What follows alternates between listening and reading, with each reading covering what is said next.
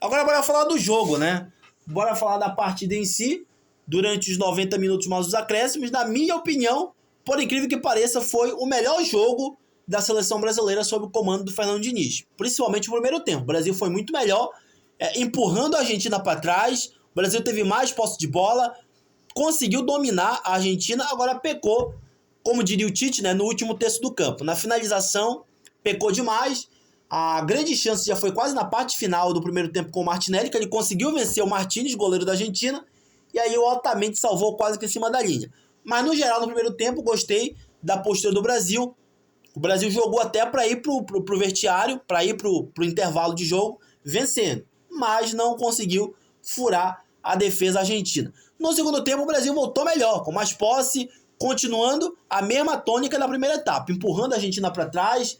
Teve aquela grande chance lá do Gabriel Martinelli de novo, né? Aliás, as duas grandes chances do Brasil ontem saíram dos pés do Gabriel Martinelli. Numa jogada, inclusive, individual do Gabriel Jesus, né?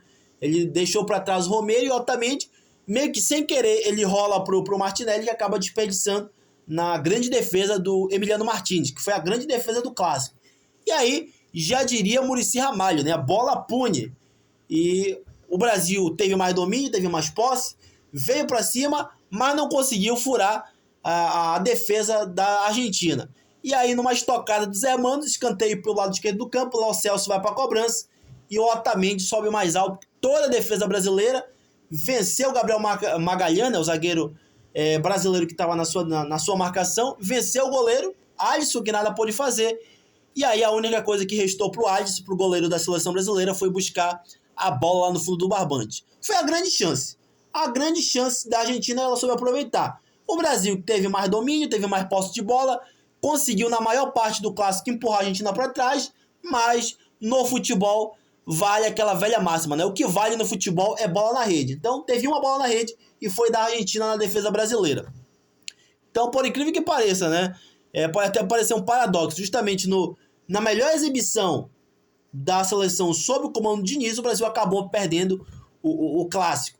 Falando do Messi, né? A grande figura, o grande astro, na minha opinião, o maior jogador do século XXI, já falei sobre isso aqui várias vezes, mas fez uma partida apagada, né? Nessa que possivelmente foi a sua última vinda ao Brasil para um jogo à vera, né? Para uma partida oficial. É claro, ele pode voltar em algum evento, para fazer algum jogo festivo, a gente sabe da amizade que ele tem com o Neymar e tudo mais, então ele pode voltar, mas a vera, jogo valendo, acredito eu que essa foi a última participação do craque argentino aqui em solo brasileiro no Maracanã, que ele marcou apenas um gol no Maracanã, né? Que foi na estreia da Copa do Mundo de 2014, naquele jogo em que a Argentina vence a Bósnia por 2-1, o Messi marca um golaço, inclusive. Aí depois ele volta lá no Maracanã para a final da Copa do Mundo de 2014, em que a Argentina perde na prorrogação para a Alemanha por 1-0. E ele volta lá no dia 10 de julho de 2021, que ele faz também uma partida apagada, mas vê a Argentina ganhando o Brasil por 1-0 e finalmente ele conquista, né, o primeiro título dele com a seleção principal da Argentina. Ele fez uma boa Copa América. Teve uma grande participação para a Argentina chegar até ali e faturar o título. Especificamente naquela final, ele fez uma partida apagada. Teve até uma chance de fazer o 2-0 quando a Argentina já vencia e desperdiçou na reta final daquela final ali, daquela decisão, né? Mas ele não conseguiu marcar. E ontem de novo, né? Fez uma partida apagada, mas a Argentina vence e ele riu por último, né? Ele fez uma partida apagada, teve parte do estádio que vaiou, teve uma outra parte que aplaudiu. É um gênio, é um grande jogador. Na minha opinião, é o maior da sua geração, um dos maiores da história.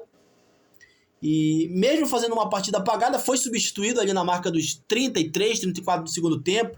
O Di Maria entrou no lugar dele. Mas no geral ele fez uma partida apagada, mas a sua seleção argentina riu por último no Maracanã. E um detalhe, né? A Argentina se tornou a primeira seleção na história das eliminatórias a derrotar o Brasil aqui em solo brasileiro, e pelo mesmo placar lá da final da Copa América em 2021, né? Ou seja, nos últimos 2 embates entre Brasil e Argentina no Maracanã, a Argentina leva a melhor no grande clássico e vence por 1-0 e disparou aí nas eliminatórias. Já o Brasil, sob a batuta de Fernando Diniz, um papelão, né? Se for pegar o retrospecto do Brasil sob o comando do interino Fernando Diniz, que eu já falei, tenho certeza absoluta que, se não vir o Ancelotti, a CBF vai se virar nos 30 para trazer outro nome. Uma coisa eu tenho certeza, o Diniz não permanece no comando técnico da seleção brasileira para o ano que vem. E não vão se surpreender se nos amistosos de março contra a Inglaterra e a Espanha já não tiver um outro nome, mesmo que seja de forma interina. Caso a CBF ainda não tenha chegado no acordo com o Ancelotti, não vão se surpreender se um outro nome estiver na beira do gramado dirigindo o Brasil de forma interina e não for o Diniz. Porque os números deles são horrorosos, né? Pela primeira vez na história, o Brasil perdeu pontos para a Venezuela jogando aqui no Brasil, que foi aquele 1-1, sob o comando dele. O Brasil não perdia para o Uruguai há mais de 20 anos, desde 2001. Perdeu com ele recentemente 2-0. O Brasil nunca tinha perdido na história das eliminatórias um jogo para a Colômbia. Perdeu com ele recentemente de virar 2-1. E nunca tinha perdido na história um jogo de eliminatória jogando aqui no Brasil. Perdeu ontem justamente no grande clássico contra a Argentina e o técnico era Fernando Diniz. E nunca tinha perdido na história 2 jogos consecutivos de eliminatórias. Agora são 3 derrotas seguidas para a Colômbia, para o Uruguai, para a Colômbia e ontem para a Argentina. E o Brasil não vence há 2 jogos. Se a gente for parar para olhar as 10 seleções das eliminatórias, o Brasil, curiosamente, venceu só as 2 piores, né?